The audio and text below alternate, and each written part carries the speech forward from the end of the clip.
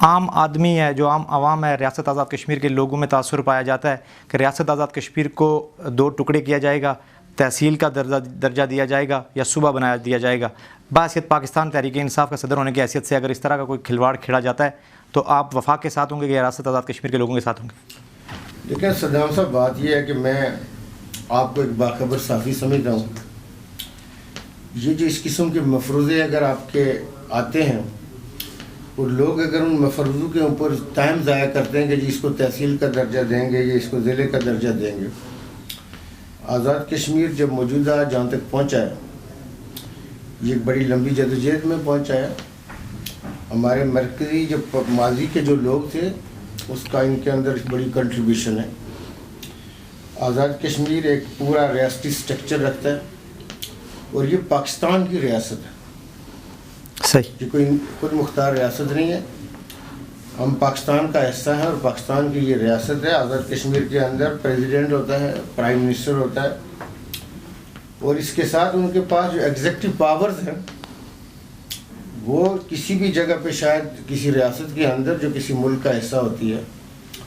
आप कभी अमेरिकन निज़ाम को स्टडी करें कि 55 स्टेट्स को सही, वो कैसे लेके चल रहे हैं। आप कभी अमेरिका के जोग्राफी के ऊपर गौर करें सही, कि जो अलास्का है, न्यूयॉर्क से लेके अलास्का का डिस्टेंस कितना है? ठीक, उतना ही है जितना पाकिस्तान से न्यूयॉर्क का डिस्टेंस है, इतना न्यूयॉर्क से अलास्का का डिस्टेंस है। देखिए, एक फेडरेशन के तहत एक मुल्क चल रहा है, सही, वो सारी दुनिया के ऊपर रूल कर रहा है।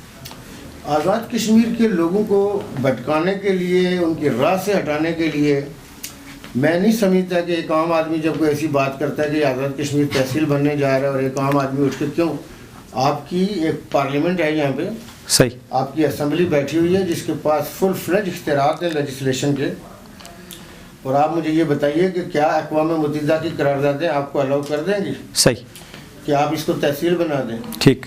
देखिए, ये जो वो चीज़ें होती हैं जिनके पास बेचने के लिए कुछ नहीं होता, वो आम आदमी को प्रोपेगेंडा करते हैं। सही। पाकिस्तान मुस्लिम लीग नून की सियासत में अपने हल्के के लोगों की खिदमत में एक वक्त गुजर गया।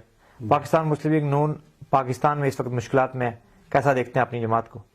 सर, हमारी जमात जो है, मियाँ नवाज शरीफ साहब और मियाँ शहबाज शरीफ साहब, इन्होंने पहले भी मुश्किल वक्त में पाकिस्तान को जो है ना संभाला है और मैं इंशाल्लाह उम्मीद करता हूँ कि आने वाले टाइम में भी इंशाल्लाह बहुत जल्दी हमारे मियाँ नवाज शरीफ साहब जो है ना वो भी आएंगे पाकिस्तान इंशाल्लाह और अपने हमारी जो मुल्क की भाग दौड़ है इसको इंशाल्लाह ताला संभालेंगे। साहब, हल्के के लोगों ने 2 बार पंजाब असेंबली में भेजा, 2 बार सूबाई असेंबली के मेंबर रहे। अपने हल्के के लोगों के लिए ऐसे कौन से मुनफरिद काम किए हैं जिनको अगर मुख्तसर बताना चाहें तो कैसे बताएंगे? देखिए जी, 2008 से लेके 2018 तक 2 दफ़ा मैं MPA बना हूँ और हमारे हल्के की ये पोजीशन थी। हमारे हल्के में 3 स्कूल थे और उन 3 स्कूलों का अगर आपको मैं जिक्र शुरू कर दूँ, वो भी कोहिनूर मिल की जगह पे स्कूल बने हुए थे और उनका बुरे हालात थे। सही। और उसके बाद 14 स्कूल हमने, ये 3 स्कूल शामिल करके टोटल 11 स्कूल हमने ये बनवाए जो हुकूमत पंजाब से, और जो मिडिल और हाई स्कूल बने। और उसके साथ बड़ी मुझे खुशी होती है जब मैं अभी किसी मोहल्ले में जाता हूँ, वहाँ पे जो हेल्थ के काम हमने 10 डिस्पेंसरियाँ मैंने अपने इलाके में अल्लाह ताला की मेहरबानी से और इस इलाके की वोट के तकद्दस को देख के हमने इस इलाके में 10 डिस्पेंसरियाँ बनवाई हैं।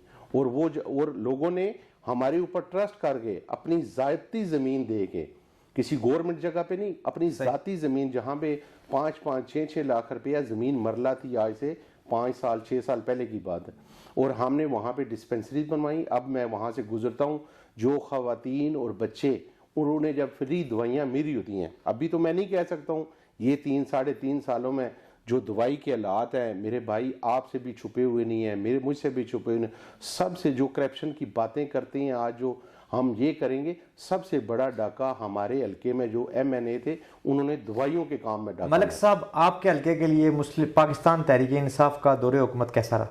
देखिए जी, मैं तो मुखालफत में तो नहीं, पर ये मैं ज़रूर कहूँगा कि मैं ये 3.5 साल में गली गली महल्ले महल्ले में जाता रहूं और बिलखसूस कैंट बोर्ड के इलेक्शनों में हर बंदा पछता रहा है और हर बंदा महंगाई की चक्की में पिस रहा है और बिलखसूस जिन जिन महलों में मेरा जाना गुजरना होता है वो लोग दुआएं झोलियाँ उठा उठा कहते हैं कब मियाँ मोहम्मद नवाज शरीफ के वापस। हवेली से पाकिस्तान पीपल्स पार्टी के उम्मीदवार जिनको आपने सपोर्ट किया, फैसल मुमताज़ राठौर मेंबर असम्बली हैं, हल्का अपोजिशन में है, आप क्या समझते हैं कि फैसल मुमताज़ राठौर साहब और आप बासियत मेंबर कश्मीर कौंसिल हल्के के लोगों के मसाइल हल करने में कामयाब हो सकेंगे?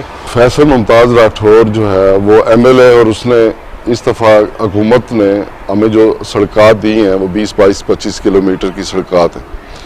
अगर सियासत अपॉइंटमेंट्स तकर्रियों का नाम है तो वो हमारी तो नहीं हो रही अभी तक, सही, ना वो मेरिट पे हो रही है। मैं आपको ये भी बता दूं, सही, एक लिस्ट दी आप जाती अपने है, हल्के की बात कर रहे हैं, मैं अपने हल्के की भी बात कर रहा हूँ और आज़ाद कश्मीर की भी बात कर रहा हूँ। लिस्ट दी जाती है और उसी तरीके से वो बंदे जो हैं वो अपॉइंट किए जाते हैं और जो अडाकिज्म के ऊपर इतनी बड़ी बातें करते हैं वो जाके देखें। अब इस 6 वैक्सीनेटर्स की पोस्टें थी तो हारने वाले बंदे ने जितने बंदों के नाम दिए उन्होंने वो उठा के लगा दिए, बेशक वो एक ही बिरादरी के 14 में से 11 बंदे। सही, गुजारिश मेरी ये है कि जिस वक्त आप लोगों को रियासत का तस्वर देते हैं, उनको माँ का तस्वर देते हैं, उधर जाके आप हुकूमत को अपने MLAs को सब कुछ दे, मगर ये चेक बैलेंस जरूर रखे कि किसी मेरिट की पामाली ना हो।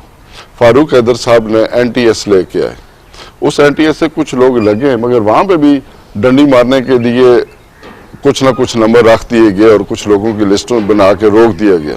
NTS के अंदर भी कोर्ट्स के फैसले है कि ये चीजें गलत है, मगर मैं फिर भी समझता हूं कि जो लोग सोच नहीं सकते थे वो लोग लगे, ये एक अच्छा है।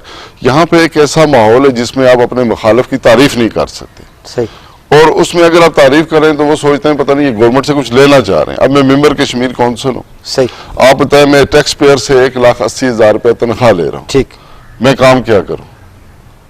आज़ाद कश्मीर के अंदर जो पाकिस्तान के अंदर जो महाराजा के वक्त की प्रॉपर्टी खरीद की गई अरबों रुपए की, वो बहुत पहले 60s में एक ऑर्डर के तहत हुकूमत पाकिस्तान को दे दी गई है। क्या बतौर मेंबर कश्मीर कौंसिल मैं आज़ाद कश्मीर के लोगों को क्या बताऊं कि उसमें से कितनी इन्होंने बेच दी है, कितनी अभी तक पड़ी और कितना है? जो मेरी इतला है तकरीबन 8 अरब रुपए से ज़ायद तो किराया बकाया उसका, अगर आज़ाद कश्मीर हुकूमत लेना चाहे। मैंने फारूक हैदर साहब से कहा कि आपको एक ऑर्डर कहते हैं, जब आपने 13 अमेंडमेंट की थी आपको ये ले लेनी चाहिए थी वापस। आपको सेशन में कश्मीर कौंसिल का जो किरदार है उसको महदूद नहीं करना चाहिए था, उसको बैठने देना चाहिए था। ये क्या हुआ कि कश्मीर कौंसिल वही मौजूद है, उसको आप अरब रुपया तनख्वाहें उनकी दे रहे हैं, उनके डीजल पेट्रोल दे रहे हैं, और जो मेंबर कश्मीर कौंसिल है वो वहां पे बैठ नहीं सकता, वहां पे बात नहीं कर सकता, वो उस हवाले से उनसे पूछ नहीं सकता। ये कैसी अमेंडमेंट है?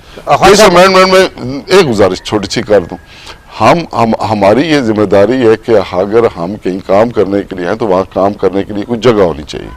मैं ये भी नहीं कहता कि आप हमें डेवलपमेंट फंड दे दें और सिर्फ हम डेवलपमेंट की तरफ, हमारा ये काम नहीं है, मगर तहरीक आज़ादी कश्मीर के इस बेस कैंप में बैठ के क्या कश्मीर कौंसिल के मेंबर को पाकिस्तान की कश्मीर कमेटी का हिस्सा नहीं होना चाहिए? ठीक, हमारी क्या नुमाइंदगी है वहां पे? उधर के लोगों को क्या पता है? दुरुस्त तौर पे हमारे ये जो लोग, हमारे फारूक हैदर साहब ने कहा कि मेरी बात मुझे कहने का, मुझे करने का मुझे मौका देना चाहिए और मुझ पर एतमाद कर। रियासत आज़ाद कश्मीर में तालीम मुकम्मल करने के बाद कराची चले गए, कराची भी एक अच्छा खासा वक्त गुजरा, फिर साउथ कोरिया चले गए। साउथ कोरिया में ज़िंदगी के 5 से 6 बरस गुजारने के बाद, अपनी डिग्री मुकम्मल करने के बाद, आप अगर ये पूछा जाए आपसे कि क्या फ़र्क महसूस किया वहाँ की यूनिवर्सिटीज़ में और पाकिस्तान की यूनिवर्सिटीज़ में, तो इसको आप किस तरह एक्सप्लेन करें? जी, बहुत आम सवाल है और मैं चाहता हूँ कि मैं इस सवाल के हवाले से अपने नाजरीन के साथ एक भरपूर तरीके से एक बात उनके सामने रखूँ। देखिए, साउथ कोरिया इस वक्त दुनिया में इनोवेशंस के एतबार से चंद बड़ी कौमों में शुमार होता है। सही, और मज़े की बात यह है कि उनका रकबा और उनकी आबादी वो पाकिस्तान में KP के जितनी है, 4.5 करोड़ की आबादी है और रकबा ही तकरीबन इतना ही है। और ऊपर से अलमिया यह है कि उनके पास कोई नेचुरल रिसोर्सेज भी नहीं है, ना मादनियात है, ना उनके पास आयल के ज़ख़ीरे हैं, ना उनके पास फसलें उगाने के लिए कोई जगह है।